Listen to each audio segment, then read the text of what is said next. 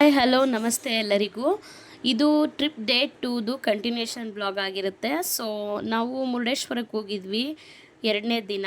ಮುರುಡೇಶ್ವರ ಎಲ್ಲ ಮುಗಿಸ್ಕೊಂಡು ಒಂದೂವರೆ 2 ಗಂಟೆ ಅಷ್ಟೊತ್ತಿಗೆಲ್ಲ ಮುಗಿಸ್ಕೊಂಡು ಮತ್ತೆ ಮುರುಡೇಶ್ವರ ಆರ್ಚ್ ಹತ್ರ ಬಂದ್ವಿ ಆಟೋದಲ್ಲಿ.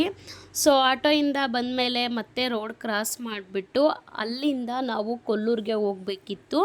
ಸೊ ಮುರುಡೇಶ್ವರದಿಂದ ಕೊಲ್ಲೂರಿಗೆ ಡೈರೆಕ್ಟ್ ಬಸ್ಸಸ್ಸು ಯಾವುದು ಫೆಸಿಲಿಟೀಸ್ ಇಲ್ಲ.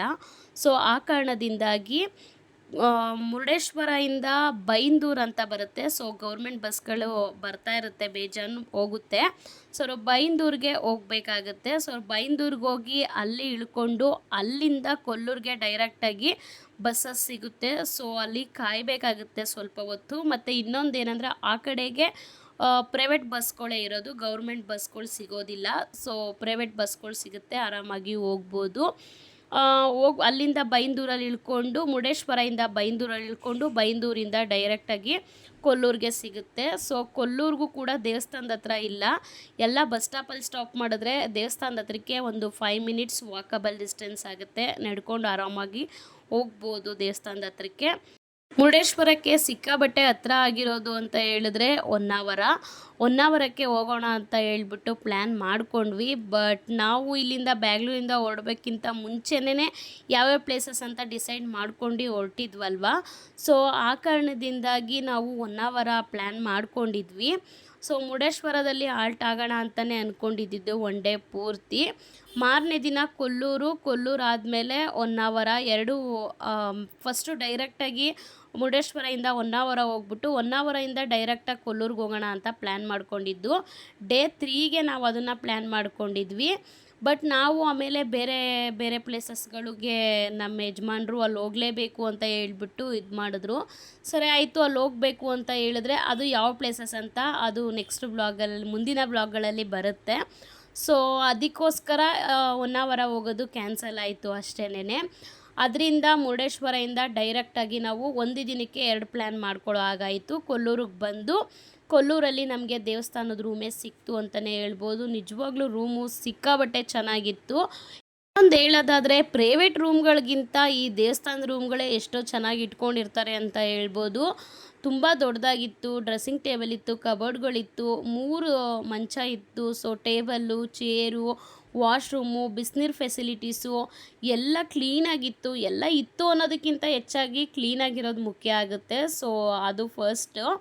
ಸೊ ತುಂಬ ಚೆನ್ನಾಗಿ ನೀಟಾಗಿ ಕ್ಲೀನಾಗಿ ಇಟ್ಕೊಂಡಿದ್ರು ಅಂತಲೇ ಹೇಳ್ಬೋದು. ಮತ್ತು ಇನ್ನೊಂದು ವಿಷಯ ಹೇಳೋದಾದರೆ ಇದರಲ್ಲಿ ನಾವು ಗೋಕರ್ಣದಲ್ಲಿ ದೇವಸ್ಥಾನದ ಪಕ್ಕದಲ್ಲೇ ರೂಮ್ ಸಿಕ್ಕಿತ್ತು. ಇದೊಂದು ಏನು ಅಂತ ಗೊತ್ತಿಲ್ಲ ಅಟ್ಯಾಚ್ಮೆಂಟು. ಕೊಲ್ಲೂರಲ್ಲೂ ಕೂಡ ದೇವಸ್ಥಾನದ ಆಪೋಸಿಟಲ್ಲೇ ನಮಗೆ ರೂಮ್ ಸಿಕ್ಕಿತ್ತು. ಆ ರೂಮ್ ಕಿಟಕಿಯಿಂದ ದೇವಸ್ಥಾನ ಎಲ್ಲ ಪೂರ್ತಿ ಕಾಣಿಸ್ತಾ ಇತ್ತು ಅಂತಲೇ ಹೇಳ್ಬೋದು.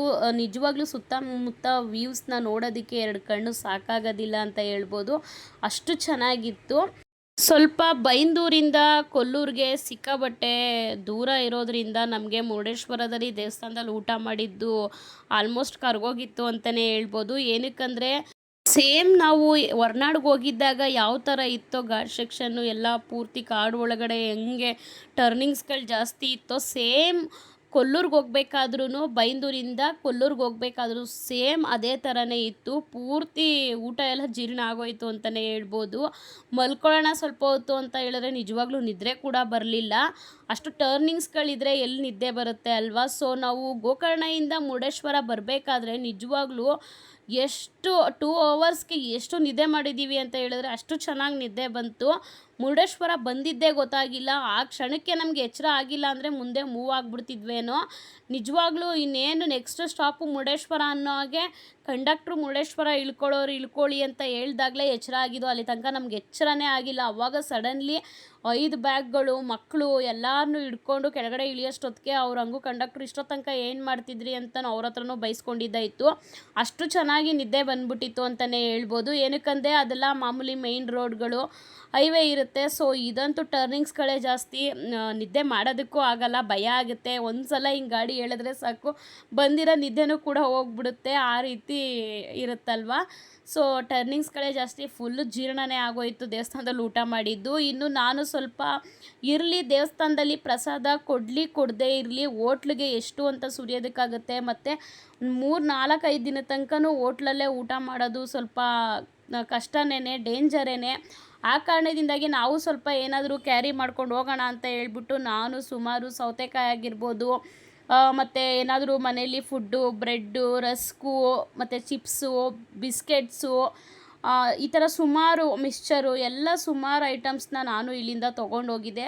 ಅದು ಪೂರ್ತಿ ಒಂದು ಕಿಟ್ಟಾಗಿತ್ತು. 4 ಕಿಟ್ಟು, 4 ಬ್ಯಾಗು ಬಟ್ಟೆಗಳಿದ್ರೆ ಇನ್ನು 1 ಬ್ಯಾಗು ಪೂರ್ತಿ ಐಟಮ್ಸೇ ಇತ್ತು. ತಿಂಡಿಗಳು, ಅದು ಇದು, ಆಳು ಮೂಡು, ವಾಟ್ರ್ ಬಾಟ್ಲು, ಏನೇನಾದರೂ ಇರುತ್ತಲ್ವ, ಇನ್ನು ಮೇಕಪ್ ಬಾಕ್ಸಸ್ಗಳು, ಅದೆಲ್ಲ ಪೂರ್ತಿ ಒಂದು ಕಿಟ್ಗೆ ಹಾಕಿ ನಾನು ಪ್ಯಾಕ್ ಮಾಡ್ಕೊಂಡಿದ್ದೆ. ಇನ್ನು 4 ಡೇಸ್ ನಾವು ಟ್ರಿಪ್ ಹೋಗ್ತಿದ್ದೀವಿ ಅಂತ ಹೇಳಿದ್ರೆ 1 ದಿನಕ್ಕೆ 1 ಬ್ಯಾಗು ಅನ್ನೋ ಲೆಕ್ಕಾಚಾರದಲ್ಲೇ ನಾನು 4 ಬ್ಯಾಗ್ನ ಬಟ್ಟೆ ಪ್ಯಾಕ್ನ ಮಾಡ್ಕೊಂಡಿದ್ದೆ. ಇನ್ನು ಅಲ್ಲಿಂದ ಬಂದಿದ್ದ ತಕ್ಷಣ ಸ್ವಲ್ಪ ಹೊತ್ತು ಕೂತ್ಕೊಂಡು ರೆಸ್ಟ್ ಮಾಡೋಣ ಅಂತ ಹೇಳ್ಬಿಟ್ಟು ರೆಸ್ಟ್ ಮಾಡ್ತಾಯಿದ್ವಿ.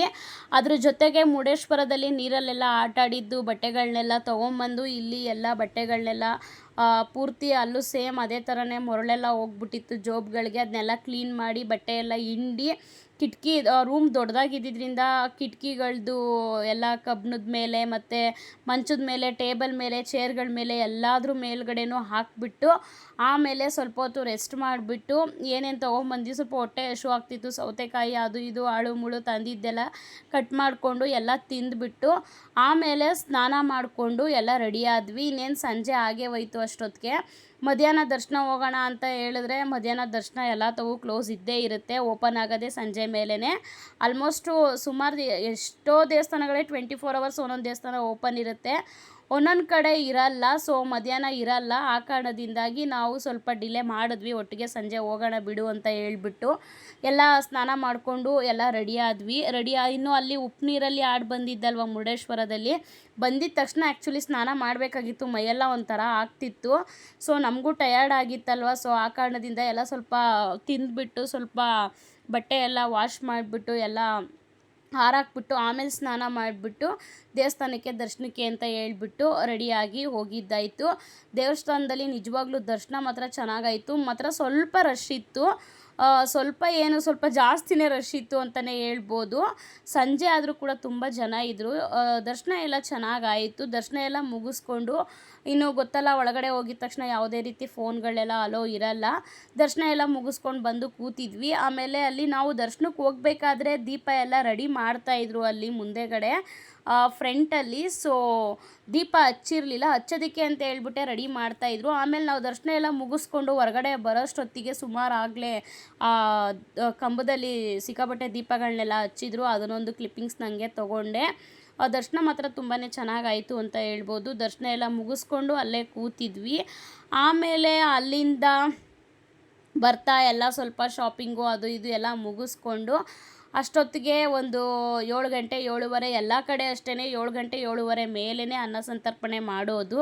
ಸೊ ಅಲ್ಲಿ ತನಕ ಅದು ಇದು ಎಲ್ಲ ನೋಡಿಕೊಂಡು ಸುತ್ತಮುತ್ತ ಎಲ್ಲ ನೋಡಿಕೊಂಡು ಟೈಮ್ ಪಾಸ್ ಮಾಡಿಕೊಂಡು ಸ್ವಲ್ಪ ಶಾಪಿಂಗ್ಗಳನ್ನೆಲ್ಲ ಮುಗಿಸ್ಕೊಂಡು, ಮ್ಯಾಗ್ನೆಟ್ ಅಂತೂ ನಾನು ತೊಗೋತೀನಿ ಎಲ್ಲೋದ್ರೂ. ಮ್ಯಾಗ್ನೆಟ್ ಎಲ್ಲ ತೊಗೊಂಡು ಎಲ್ಲ ಶಾಪಿಂಗ್ ಮುಗಿಸ್ಕೊಂಡ್ವಿ ಅಲ್ಲಿ. ಆಮೇಲೆ ಒಂದು ಕುಟಾಣಿನ ನೋಡಿದೆ, ಚೆನ್ನಾಗಿತ್ತು. 180 ರುಪೀಸ್ ಏನೋ ಹೇಳಿದ್ರು. ಬಟ್ ನಮಗೆ ಬೆಂಗಳೂರು ತನಕ ಅದು ತೂಕ ಕ್ಯಾರಿ ಮಾಡೋದಕ್ಕಾಗಬೇಕಲ್ಲ, ಸೊ ಆ ಕಾರಣದಿಂದ ನೋಡಿಬಿಟ್ಟು ಆಸೆ ಪಟ್ಟೆ, ಬಟ್ ಅಲ್ಲೇ ಬಿಟ್ಟು ವಾಪಸ್ ಬಂದಿದ್ದಾಯಿತು. ಶಾಪಿಂಗ್ ಮುಗಿಸ್ಕೊಂಡು ಅದಾದಮೇಲೆ ಅಲ್ಲಿ ಸಂಗೀತ ಒಂದು ಕಾಂಪಿಟೇಷನ್ ಥರ ಏನೋ ಒಂದು ಫಂಕ್ಷನ್ ನಡೀತಾ ಇತ್ತು. ಸೊ ಅಲ್ಲಿ ನನ್ನ ಮಗಳೇನು ಅಂದ್ಕೊಂಡ್ಳು, ಭರತನಾಟ್ಯ ನಡೀತಿದೆ ಅಲ್ಲಿ ಅಂತ ಹೇಳ್ಬಿಟ್ಟು, ಭರತನಾಟ್ಯ ನಡೀತಿದೆ ಅಲ್ಲಿ ಬನ್ನಿ ಅಂತ ನಮ್ಮನ್ನು ಕೈ ಹಿಡ್ಕೊಂಡು ಅವಳೇ ಕರ್ಕೊಂಡು ಹೋದ್ಲು. ಅವಳು ಅದನ್ನು ಕೇಳಿಸ್ಕೊಂಡು ಆ ಸೌಂಡ್ನ, ಆ ಸಂಗೀತನ ಕೇಳಿಸ್ಕೊಂಡು ಅವಳು ಭರತನಾಟ್ಯಂ ಅಂತ ತಿಳ್ಕೊಬಿಟ್ಟಿದ್ದಾಳೆ. ಸೊ ಅವಳಿಗೆ ಎಷ್ಟು ಹುಚ್ಚು ಅಂತ ಹೇಳಿದ್ರೆ ಭರತನಾಟ್ಯ ನಿಜವಾಗ್ಲೂ ಅಷ್ಟು ಕ್ರೇಜು ಅಂತ ಹೇಳ್ಬೋದು ಅವಳಿಗೆ. ಬನ್ನಿ ಅಂತ ಹೇಳ್ಬಿಟ್ಟು ಅವಳೇ ಮುಂದೆ ಹೋಗ್ತಾನೇ ಇದ್ಲು. ಸೊ ನಾವು ಹಿಂದೆಲ್ಲಿ ಹೋಗಿ ಒಂದು ಸ್ವಲ್ಪ ಹೊತ್ತು ನೋಡಿಕೊಂಡು, ಚೆನ್ನಾಗಿತ್ತು ಒಂಥರ ಕೇಳೋದಕ್ಕೆ ಅಂತ ಹೇಳ್ಬೋದು. ನೋಡಿಕೊಂಡು ಒಂದಷ್ಟೋ ತನಕ ಟೈಮ್ ಪಾಸ್ ಮಾಡಿದ್ವಿ. ಮಾಡಾದಮೇಲೆ ನೆಕ್ಸ್ಟು ಇನ್ನು ಸಂಜೆ ಟೈಮಲ್ಲಿ ಒಂದು ಕಷಾಯನ ಕೊಡ್ತಾರೆ, ಅಲ್ಲಿ ಸಿಕ್ಕಾಪಟ್ಟೆ ಫೇಮಸ್ ಅಂತಲೇ ಹೇಳ್ಬೋದು ಸಂಜೆ ಟೈಮಲ್ಲಿ. ಸೊ ಅದು ನಮಗೆ ಸಿಗಲಿಲ್ಲ. ಸೊ ಇವಾಗೇನೋ ಕೊಡ್ತಾ ಇಲ್ಲ ಅಂತ ಅನಿಸುತ್ತೆ, ಏನಕ್ಕಂದರೆ ಊಟಗಳಿಗೆ ತುಂಬ ಕಷ್ಟ ಆಗಿದೆ ಇವಾಗ. ಸೊ ಅದರಲ್ಲಿ ಆ ಕಷಾಯ ಬೇರೆ ಎಲ್ಲಿ ಕೊಡ್ತಾರಲ್ವ, ಸೊ ಕೊಡ್ತಿದ್ರೋ ಏನೋ ಗೊತ್ತಿಲ್ಲ, ನಾವೇ ಮಿಸ್ ಮಾಡ್ಕೊಂಡ್ವೋ ಏನೋ ಗೊತ್ತಿಲ್ಲ. ಒಟ್ಟಿನಲ್ಲಿ ನಮಗೆ ಅದು ಸಿಗಲಿಲ್ಲ.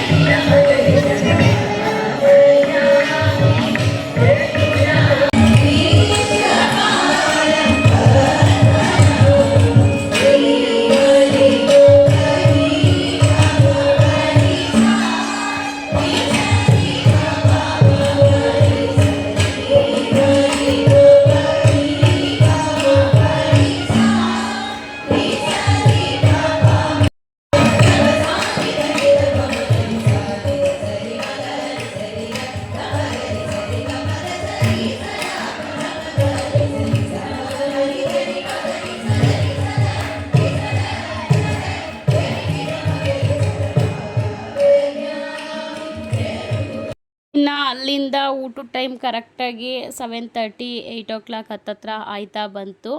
ಸೊ ಅದಕ್ಕೆ ಊಟಕ್ಕೆ ಹೊರಡೋಣ ಅಂತ ಹೇಳ್ಬಿಟ್ಟು ಅನ್ನಪ್ರಸಾದಕ್ಕೆ ಹೊರಟ್ವಿ. ಇನ್ನು ಬೇರೆ ದೇವಸ್ಥಾನಗಳ ಥರ ಇಲ್ಲಿ ಇರಲಿಲ್ಲ. ಸೊ ಇಲ್ಲಿ ಯಾವ ಥರ ಇತ್ತು ಅಂತ ಹೇಳಿದ್ರೆ ನಾವೇ ಪ್ಲೇಟ್ಸ್ನ ತೊಗೊಂಡೋಗ್ಬೇಕಿತ್ತು. ನಾವೇ ಪ್ಲೇಟ್ಸ್ನ ತೊಗೊಂಡೋಗಿ ಊಟ ಹಾಕಿಸ್ಕೊಂಡು ನಾವು ಹೆಂಗೆ ಬೇಕೋ ಹಂಗೆ ಕುತ್ಕೊಂಡು ತಿನ್ಬೋದು. ಸೊ 4 ಜನನೂ ರೌಂಡಾಗಿ ಕೂತ್ಕೊಂಡು ಊಟ ಮಾಡಿದ್ವಿ. ಸೊ ಊಟ ಮಾಡಿ ಮುಗಿಸ್ಕೊಂಡು ಇನ್ನೂ ಮತ್ತೆ ಬೇಕಂದರೆ ಹೋಗಿ ಸಪ್ರೇಟಾಗಿ ಹಾಕಿಸ್ಕೊಂಡು ಆರಾಮಾಗಿ ಊಟ ಮಾಡ್ಬೋದು. ಇನ್ನು ಊಟ ಎಲ್ಲ ಮಾಡಿ ಮುಗಿಸ್ಕೊಂಡು ಆಮೇಲೆ ಇದೇ ನಾವು ಮಾಡಿದ ರೂಮು. ಸೊ ದೇವಸ್ಥಾನದ ರೂಮು. ಇದಕ್ಕೂ ಕೂಡ ಪ್ರೈಸ್ ಎಷ್ಟಾಯಿತು ಅಂತ ಹೇಳ್ಬಿಟ್ಟು ನಾನು ಆಲ್ರೆಡಿ 2 ಬ್ಲಾಗಲ್ಲೂ ನಾನು ನಿಮ್ಗೆ ಹೇಳಿದ್ದೀನಿ. ಸಪ್ರೇಟಾಗೆ ಒಂದು ವಿಡಿಯೋ ಮಾಡಬೇಕು ಅಂತ ಅಂದ್ಕೊಂಡಿದ್ದೀನಿ. ಅದರಲ್ಲಿ ಪ್ರತಿಯೊಂದು ಡೀಟೇಲ್ನ ನಾನು ಶೇರ್ ಮಾಡ್ಕೊತೀನಿ. ರೂಮ್ಗೆ ಎಷ್ಟಾಯಿತು, ಒಂದು ಕಡೆಯಿಂದ ಒಂದು ಕಡೆ ಹೋಗೋದಕ್ಕೆ ಬಸ್ ಚಾರ್ಜಸ್ ಎಲ್ಲ ಎಷ್ಟಾಯಿತು, ನಮಗೆ ಟೋಟಲಾಗಿ ಎಷ್ಟು ಖರ್ಚಾಯಿತು, ಪ್ರತಿಯೊಂದು ನಾನು ಅದರಲ್ಲಿ ಶೇರ್ ಮಾಡ್ಕೋಬೇಕು ಅಂತ ಅಂದ್ಕೊಂಡಿದ್ದೀನಿ. ಅದೇ ವಿಡಿಯೋದಲ್ಲಿ ನಾನು ಶೇರ್ ಮಾಡ್ಕೋತೀನಿ. ಸೊ ಇದರಲ್ಲಿ ನಾನು ಜಸ್ಟ್ ಹಂಗೆ ರ್ಯಾಂಡಮಾಗಿ ವ್ಲಾಗ್ನ ಮಾಡಿದ್ದೀನಿ ಅಷ್ಟೇ. ಇದರಲ್ಲಿ ಯಾವುದೇ ರೀತಿ ಅದೆಲ್ಲ ಅಮೌಂಟ್ದೆಲ್ಲ ಶೇರ್ ಮಾಡ್ಕೊಳ್ಳೋದಿಲ್ಲ. ಸೊ ಇನ್ನೂ ಅಲ್ಲಿಂದ ಬಂದಿದ್ದ ತಕ್ಷಣವೇ ಊಟ ಮುಗಿಸ್ಕೊಂಡು ರೂಮಿಗೆ ಬಂದಿದ್ದ ತಕ್ಷಣವೇ ನಾವಿದ್ದಿದ್ದು 2nd ಫ್ಲೋರ್. ಸೊ ಲಿಫ್ಟ್ ಇತ್ತು. ಲಿಫ್ಟಲ್ಲಿ ಎಲ್ಲ ಚೆನ್ನಾಗಿ ಮಾಡಿದ್ದಾರೆ ನಿಜವಾಗ್ಲೂ. ಅದು ದೇವಸ್ಥಾನದ ರೂಮು ಅನ್ಸೋ ಥರನೇ ಇಲ್ಲ, ಆ ರೀತಿ ಇತ್ತು. ನಾವು ಮಲ್ಕೋಬೇಕಾದ್ರೆ ನೈಟು ಅದು 3 ಸೇರಿಸಿ ಒಂದು ಕಡೆ ಹಾಕ್ಕೊಂಡು ಮಲ್ಕೊಂಡ್ವಿ. ಅದು ಆ ಕಡೆ ಸಪ್ರೇಟಾಗಿತ್ತು. ಎಲ್ಲ ಒಂದು ಕಡೆ ಹಾಕ್ಕೊಂಡು ಮಲ್ಕೊಂಡಿದ್ದಾಯಿತು. ಇನ್ನು ಈ ರೂಮು ನಮಗೆ ಸಿಕ್ಕಿದ್ದೇ ಅದೃಷ್ಟ ಅಂತ ಹೇಳ್ಬೋದು. ಅವರು ಇಲ್ಲ ಕೊಡೋದಿಲ್ಲ ಆಗೋದಿಲ್ಲ, ರೂಮೆಲ್ಲ ಖಾಲಿ ಆಗಿಬಿಟ್ಟಿದೆ ಅಂತ ಹೇಳ್ಬಿಟ್ಟು ಒಂದು ಅಷ್ಟೋ ತನಕ ವಾದ ಮಾಡಿದ್ರಂತೆ. ನಮ್ಮ ಯಜಮಾನ್ರು ಇಲ್ಲ ಸರ್ ಮಕ್ಕಳು ಮರಿ ಇದ್ದಾರೆ, ಲೇಡೀಸ್ ಇದ್ದಾರೆ ನೋಡಿ ಹಂಗೆ ಹಿಂಗೆ ಅಂತ ರಿಕ್ವೆಸ್ಟ್ ಮಾಡಿದ್ದಾರೆ. ಸೊ ಆಮೇಲೆ ಒಂದು ಅರ್ಧ ಗಂಟೆ ತನಕ ರಿಕ್ವೆಸ್ಟ್ ಮಾಡಿ ಆಮೇಲೆ ಫೈನಲಿ ರೂಮ್ ಸಿಕ್ತು. ತುಂಬ ಖುಷಿಯಾಯಿತು ನನಗೆ ಅಂತ ಹೇಳ್ಬೋದು ಈ ರೂಮ್ ಸಿಕ್ಕಿದ್ದು. ಚೆನ್ನಾಗಿದೆ ರೂಮ್, ನಿಜವಾಗ್ಲೂ ಚೆನ್ನಾಗಿದೆ, ದೊಡ್ಡದಾಗಿದೆ. ಅದೇ ಆಗಲೇ ಹೇಳ್ದಂಗೆ 3 ಒಂದು ಕಡೆ ಸೇರಿಸ್ಕೊಂಡು 4 ಜನನೂ ಮಲ್ಕೊಂಡಿದ್ದಾಯಿತು ನೈಟು. ಇನ್ನು ದೇವಸ್ಥಾನದಿಂದ ಬಂದಮೇಲೆ ಎಲ್ಲ ಬಟ್ಟೆಗಳೆಲ್ಲ ಬಿಚ್ಚಿಬಿಟ್ಟು ಆಮೇಲೆ ಮುರುಡೇಶ್ವರಕ್ಕೆ ಹಾಕ್ಕೊಂಡಿದ್ದು ಕೂಡ ಎಲ್ಲ ಬಿಚ್ಚಿ ಹಂಗಂಗೆ ಬಿಸಾಕ್ಬಿಟ್ಟು ಹೋಗ್ಬಿಟ್ಟಿದ್ವಿ. ಸೊ ಅಲ್ಲಿಂದ ಬಂದಮೇಲೆ ಇನ್ನು ಬಟ್ಟೆಗಳೆಲ್ಲ ಫೋಲ್ಡ್ ಮಾಡಿ ಎತ್ತಿಕ್ತಾ ಇದ್ದೆ. ಅಷ್ಟೊತ್ತಿಗೆ ನಮ್ಮ ಯಜಮಾನ್ರು ನಾವು ಮಾರನೇ ದಿನ ಇನ್ನೂ ಬೇರೆ ಪ್ಲೇಸ್ಗೆ ಹೋಗ್ಬೇಕಿತ್ತಲ್ಲ, ಅಲ್ಲಿಗೆ ಬಸ್ಸು ಡೈರೆಕ್ಟಾಗಿದೆಯಾ, ಯಾವ ಥರ ಏನು ಬಸ್ ಫೆಸಿಲಿಟೀಸ್ ಎಷ್ಟೊತ್ತಿಗಿದೆ ಎಲ್ಲ ಡೀಟೇಲ್ ಕೇಳ್ಕೊಂಬರ್ತೀನಿ ಅಂತ ಹೇಳ್ಬಿಟ್ಟು ಅವ್ರಿಗೆ ಫ್ರೀಯಾಗಿದ್ದು ನೈಟೇನೆ. ಸೊ ಆ ಕಾರಣದಿಂದಾಗಿ ಅವರು ಕೇಳ್ಕೊಂಬರೋಕ್ಕೆ ಅಂತ ಹೇಳ್ಬಿಟ್ಟು ಹೋದರು. ಸುಮಾರು ಒಂದು 8:30 9 ಗಂಟೆ ಆಗಿತ್ತು ಅಂತ ಅಂದ್ಕೊತೀನಿ ಟೈಮು. ಆವಾಗ ಬಸ್ ಸ್ಟಾಪ್ ಹತ್ರ ಹೋಗಿ ಒಂದು ವಾಕಬಲ್ ಡಿಸ್ಟೆನ್ಸ್ ಒಂದು 5 ಮಿನಿಟ್ಸ್ ಆಗುತ್ತೆ ಅಷ್ಟೇ ಬಸ್ ಸ್ಟಾಪ್ಗೂ ದೇವಸ್ಥಾನಕ್ಕೂ. ಅವ್ರು ಕೇಳ್ಕೊಂಬರ್ತೀನಿ ಅಂತೇಳಿ ಹೋಗಿದ್ರು. ನಾನು ಅಷ್ಟೊತ್ತಿಗೆ ಎಲ್ಲ ರೂಮೆಲ್ಲ ಕ್ಲೀನ್ ಮಾಡಿ ಬಟ್ಟೆ ಎಲ್ಲ ಫೋಲ್ಡ್ ಮಾಡಿ ಎಲ್ಲ ಎತ್ತಿಟ್ಕೋತಾ ಇದ್ದೆ. ಇಂಥ ಯಾವ್ದು ಬಟ್ಟೆಗಳು ಆಗಲೇ ಹೇಳ್ದಂಗೆ ಒಣಗಲ್ಲ. ಇನ್ನು ಮಾರನೇ ದಿನ ನಾವು ಹೋಗೋದು ಎಷ್ಟೊತ್ತಾಗುತ್ತೋ ಅವಾಗ ಎತ್ಕೊಂಡು ಹಂಗೆ ಬ್ಯಾಗ್ಗೆ ಹಾಕ್ಕೊಂಡು ಹೋದ್ರಾಯ್ತು ಅಂತ ಹೇಳ್ಬಿಟ್ಟು ಬರೀ ಮಾಮೂಲಿ ದೇವಸ್ಥಾನಕ್ಕೆ ಹಾಕ್ಕೊಂಡು ಹೋಗಿದ್ದ ಬಟ್ಟೆಗಳನ್ನೆಲ್ಲ ಬಿಚ್ಚಿ ಫೋಲ್ಡ್ ಮಾಡಿ ಎಲ್ಲ ಎತ್ತಿಟ್ಕೋತಾ ಇದ್ದೆ. ಕೊಲ್ಲೂರ್ದು ವಿಡಿಯೋ ಇದಾಗಿತ್ತು. ಸೊ ಇವತ್ತಿನ ಈ ವಿಡಿಯೋನ ನಾನು ಇಲ್ಲಿಗೆ ಎಂಡ್ ಮಾಡ್ತಾ ಇದ್ದೀನಿ. ಯಾರು ಹೊಸ್ದಾಗಿ ನನ್ನ ಚಾನಲ್ನ ನೋಡ್ತಿದ್ರೆ ದಯವಿಟ್ಟು ಸಬ್ಸ್ಕ್ರೈಬ್ ಮಾಡ್ಕೊಂಡು ನೋಡಿ ಅಂತ ಹೇಳ್ತಾ ಇವತ್ತಿನ ಈ ವಿಡಿಯೋನ ನಾನು ಇಲ್ಲಿಗೆ ಎಂಡ್ ಮಾಡ್ತಾ ಇದ್ದೀನಿ. ಮತ್ತೆ ನಾಳೆ ವಿಡಿಯೋದಲ್ಲಿ ಭೇಟಿ ಆಗೋಣ. Thank you for watching. Bye.